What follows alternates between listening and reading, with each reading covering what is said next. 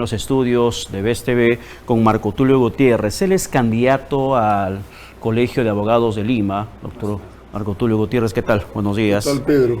Estaba sonriendo esta suerte de ingenuidad, de Richard, que es una persona bastante conocida en la lucha contra la corrupción.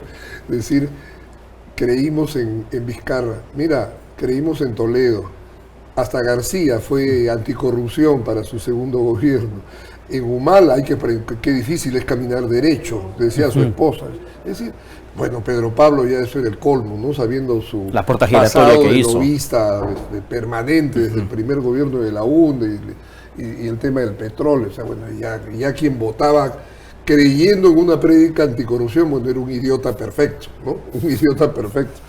Y así hemos venido pasando y pasando y pasando. Y mira, llegamos a este momento donde ya yo me imagino que la población cuando escucha los adalides de la lucha contra la corrupción ya tienen temor, porque si todos los adalides han sido unos sinvergüenzas.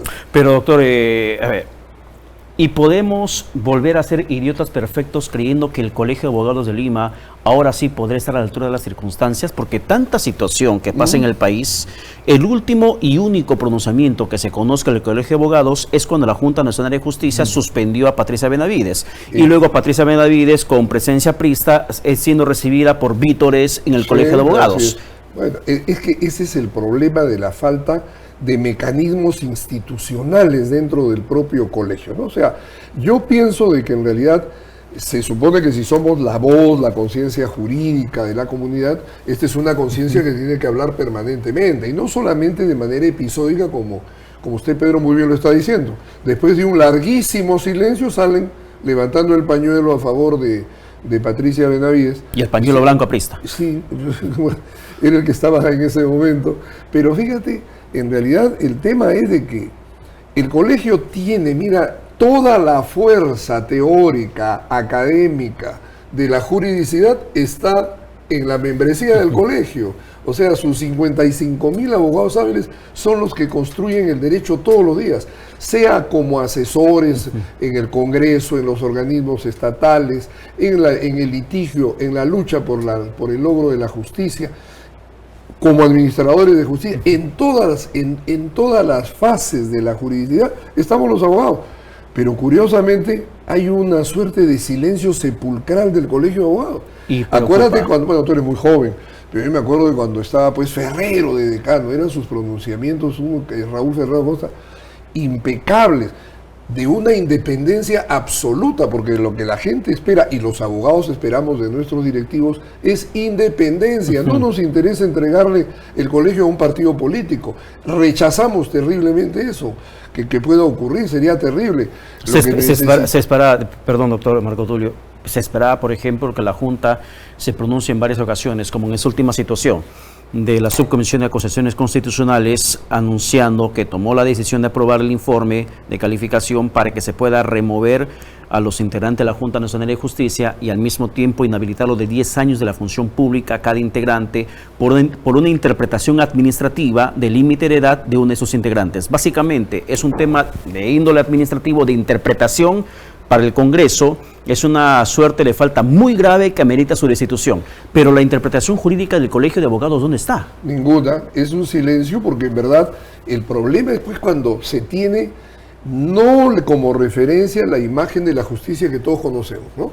La estatua con una balanza equilibrada y con una venda en los ojos que acredita de que la razón la tendrá quien ponga el peso de la juridicidad en la balanza. Acá no, acá tenemos una justicia virolita, ¿no? Que cuando se trata de los amigos hay pronunciamiento, cuando se trata de quienes no lo son hay silencio. Eso es lo que lamentablemente ha venido pasando en el Colegio de Abogados los últimos tiempos. El caso, por ejemplo, de la decana anterior, claro, le tocó una situación difícil. Portocarrero.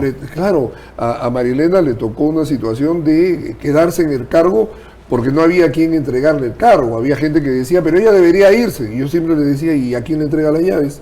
¿Al portero? ¿Al oficial mayor? ¿A su segundo de a bordo, que sería en todo caso, entre comillas, tan espurio como ella en el cargo? Entonces, son coyunturas que se dieron y que lamentablemente eso, ojo, no explica los silencios de María Elena. de ninguna manera, porque en la gestión de esos 3,5, 4 años también hubo unos silencios clamorosos. En el caso de Bazán, bueno, pues el silencio solamente se ha levantado cuando ha habido el caso de Patricia Benavides. Patricia. Pero, por ejemplo, estamos hoy en otra coyuntura. Tenemos las revelaciones como cuando estábamos, y vuelvo a recordar tu juventud, cuando estaba la pinche de colaborador eficaz o de testigo en el caso Vladimiro Montesinos. Es decir, todos los días alguien caía por lo que ella hablaba. Hoy habla Villanueva y no cae nadie, ¿no? O sea, claro, el caso de la pinche quizás porque tenía ayer te llevaba el cuaderno donde anotaba los billetes que entregaba cada uno, ¿no? Era la prueba. Pero en este caso hay un escándalo terrible, donde ya nadie cree en nada. Pero, doctor, en ese sentido, para muchos, la raíz del problema es el que nace en cada contexto electoral.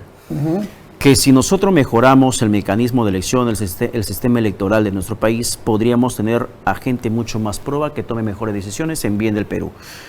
Usted entiendo que es un partícipe de la reforma electoral. Sí. Entiendo que es parte de su propuesta para el Colegio de Abogados. El tema de la reforma electoral la venimos viendo. Recuerdo desde cuando estuve en la comisión que presidió Henry Piz, cuando se pensó en hacer una nueva constitución, una que sustituyera la del 93, que fue un trabajo muy interesante. Recuerdo que fuimos más de 100 especialistas. Lo mío fue temas de constitucionalidad, de administración de justicia y temas municipales. Y recuerdo que desde ese momento, fíjate cómo son las cosas, planteaba una fórmula en solitario, que hasta hoy sigue siendo en solitario, porque no les conviene. La revocación del mandato. Se ha hecho mucha teoría sobre el tema de que si afecta o no la gobernabilidad. Estados Unidos tiene más de 100 años la revocatoria de mandato. Se revocó al gobernador de California y el que encabezó la pretensión, ¿quién fue? Arnold Schwarzenegger, un actor que terminó siendo gobernador de Los Ángeles. O sea que ahí tenemos el ejemplo de que el sistema funciona. Y fíjate, una vez me acuerdo el año pasado conversaba con Hernando de Soto en su casa y le decía algo que a él le llamó mucho la atención. Le digo, mira, el artículo 2 de la Constitución dice de que son derechos de participación y control ciudadanos la revocación del mandato de las autoridades elegidas. ¿Quiénes son las elegidas? Bueno, todas las elegidas, ¿no? Pero curiosamente, recuerda, Aquiles sí lo recuerda porque estuvo muy de cerca, siguió el debate de la Constituyente. ¿Te acuerdas de que la Constitución se aprobó cuando empezó el trabajo de la Constituyente? Como para demostrar que estaban trabajando, aprobaron el artículo 1, 2 y 3. Y de ahí se pasaron meses debatiendo hasta que fueron empezando a aprobar lo demás. ¿Qué pasó en todos esos meses? Se desanimaron. Y este artículo 2 que dice todas las autoridades elegidas, quedaron solamente alcaldes y gobernadores. Y al presidente de la República, que en el colmo, si tú lees la Constitución es graciosísima, dice un punto aparte del caso de Constitución, no hay otra forma de revocación del mandato. Yo digo como si el subconsciente los hubiera llevado, porque debían haber puesto terminación del mandato, no una revocación. No hay otra forma. Entonces, fíjate tú el contrasentido que hay en la propia Constitución. ¿Qué hubiera pasado si todos estos años hubiéramos tenido la revocatoria del mandato de congresistas? Muy simple, la gente de Tumbes, disgustada con su congresista, hubiera juntado sus firmas, hubieran hecho su consulta popular, hubieran votado. Si el señor merecía quedarse, lo hubieran ratificado en el cargo. Y si no, se iba a su casa y la crisis desaparecía. ¿Y de qué forma hacer realidad esta propuesta? Esto tiene que ser una decisión del propio Congreso. Si no se logra que este Congreso introduzca la figura de la revocatoria de mandato, tenga usted, Pedro, la seguridad que vamos a seguir viviendo otros 10 años de inestabilidad. De ser usted decano del Colegio de Abogados, ¿presentaría un proyecto en ese sentido? Por supuesto, nosotros tenemos derecho a iniciativa legislativa, tenemos que impulsar. Mira, yo siempre he dicho, el tema es no ser tan solamente académico, ¿no? Yo tengo 21 años de docente en la universidad, pero el tema no es por ahí, es que tenemos que unir la acción a la palabra. Qué fácil es pontificar, pero no presentar alternativa de solución. Recuerda que cuando tuve la oportunidad de ser convocado por las organizaciones de base de Lima, cuando estaban disgustadísimos por la ineficiencia de Susana Villarán en los años, en el 2010, 2011, yo tuve que tomar una decisión ante esa asamblea de organizaciones de base. Había teorizado toda una década sobre el tema de los derechos de participación ciudadana. Bueno, ahora pues póngase usted al frente, y hubo que ponerse al frente, y recibiendo palos, por supuesto, de todos lados, ¿no? Yo creo de que lo que tenemos que hacer desde el Colegio de Abogados es de que recupere la voz. Tenemos comisiones de estudio, comisiones consultivas, asociaciones distritales de abogados, y tenemos 55.000 abogados que diariamente están en el frente de batalla de la jurisdicción. Es increíble que el colegio no pueda crear un mecanismo donde la gente opine y el colegio tenga una opinión permanente ante iniciativas legislativas, ante leyes, ante reglamentos, ante ordenanzas. Siempre el colegio está a la saga. Bueno, en el silencio total, ¿no? Es peor, pero recordemos que no está cumpliendo su rol. Y eso es lo más preocupante. Eso es para mí eso es lo más terrible. Nos está ganando el tiempo. Ya para cerrar, ¿cuáles son otras propuestas que tiene usted para llegar al decanato del colegio de abogados? Bueno, hacer de que el colegio recupere la seriedad de la voz, o sea, que deje de ser el silencioso ciudadano que es ahora. Hoy la opinión del colegio siempre está a la saga. Cuando alguien le pregunta al decano, o sea, no, el colegio tiene que tener un rol proactivo. Además, esa imagen que genera las propuestas del colegio es parte del patrimonio que tenemos como profesionales, el orgullo de ser miembros del Colegio de Abogados de Lima. Y lo segundo, el tema de los servicios. Los servicios por los cuales los agremiados pagan. Es el colmo que 55.000 abogados tengan que para capacitarse ir a algún local en Miraflores, o que para hacer una atención de salud tengan que irse a un local en Jesús María. Por Dios, yo como municipalista conozco que la solución es la descentralización. Una casa del abogado en Lima Norte, en Lima Sur y en Lima Este, y descentralizamos los servicios. El tema, por ejemplo, en materia de lo que son los cursos, no basta tampoco con hacer la descentralización, hay que darle calidad. Hoy, nuestros certificados que entregamos del colegio son muy importantes como referencia de la actualización, la especialización de los abogados, pero qué hermoso sería si viniera avalado por una universidad del extranjero. Eso es lo que yo propongo. Todo curso a través de los convenios que hagamos con las universidades del exterior le dará el valor, el refuerzo, la acreditación mayor a nuestras calificaciones. ¿Ya tiene número?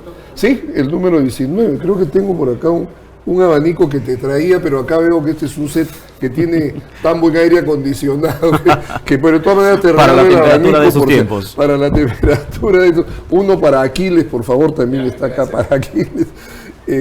Bueno, no, y felicitarlos porque cada vez ha crecido más Vescable. Yo he sido de los que desde el primer día acudió a las entrevistas que ustedes me convocaban como municipalista, y es un enorme placer ver de que la empresa ha crecido, y esto fortalece la libertad de expresión y la libertad de prensa, porque ahora es muy fácil decir, usted quiere hablar, allá saque su video por la red social. No, pues eso tampoco funciona así. Bien, doctor Marco Tulio Gutiérrez. Entonces, usted es el número 19 para las elecciones. El número 19. Perfecto. Muchísimas gracias por estar con nosotros. Ha sido un placer estar con usted, Pedro. Bien, no hay tiempo para más.